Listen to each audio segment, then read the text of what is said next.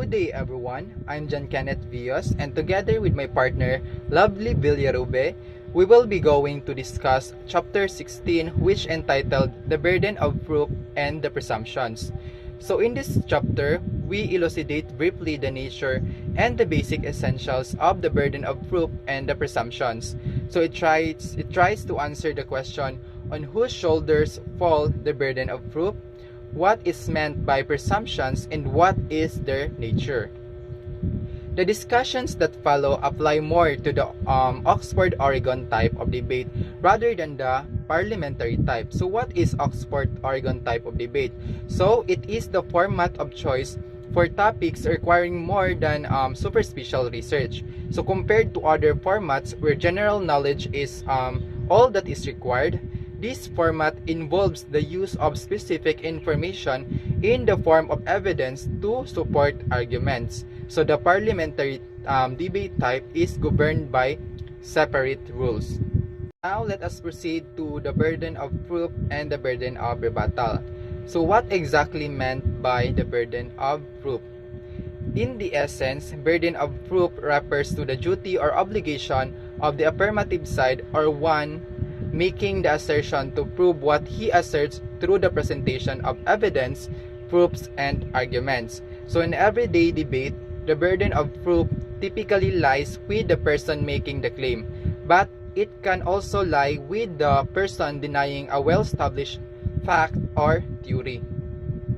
So the primary purpose of such function is to buttress his case. So if the affirmative side succeeds in putting up the burden of proof, which ideally must be beyond the shadow of any reasonable doubt, then he has established what is termed as prima facie case. So what do we mean by prima facie case? A prima facie case is a case of sufficient strength or strong foundation. It has the propensity to win if it is not refuted or annihilated or denied substantially. Let it be emphasized that the effect must be governed by the absence of any reasonable doubt if possible. The evidences, arguments, and proofs must be clear, preponderant, relevant, consistent, and material. Because the burden of proof requires in an argument is based on the law of parsimony or Occam's razor that states that the simplest explanations that best explains the facts tends to be the right one. So how about the term burden of rebuttal?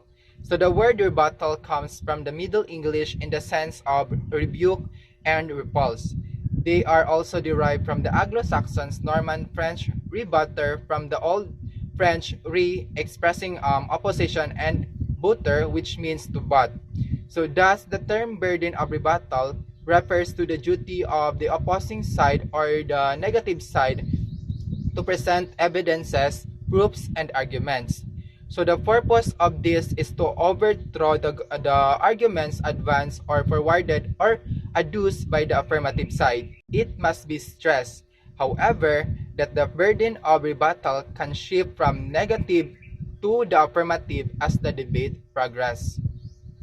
Hence, we may define burden of rebuttal as the duty or functions of either the affirmative side or negative side to present evidences, proofs, and arguments at any stage of the debate to annihilate the claims of the other side. Thus, compared with the burden of proof, which always stays with the affirmative side, the burden of rebuttal is not permanent. We may also add that a burden of proof is the risk of the proposition, the duty of the affirmative side to prove what the side alleges, otherwise he runs the risk of losing his ground. Thus, we may say that burden of proof always rests with the affirmative side, whereas the burden of rebuttal moves from side to side in the course of the debate. Now let us proceed to the nature of presumptions. So presumptions refer to logical inferences of the truth or falsity of statements considered during a dispute. The traditional conception of presumption was inherited from the doctrine elaborated in the Middle Ages.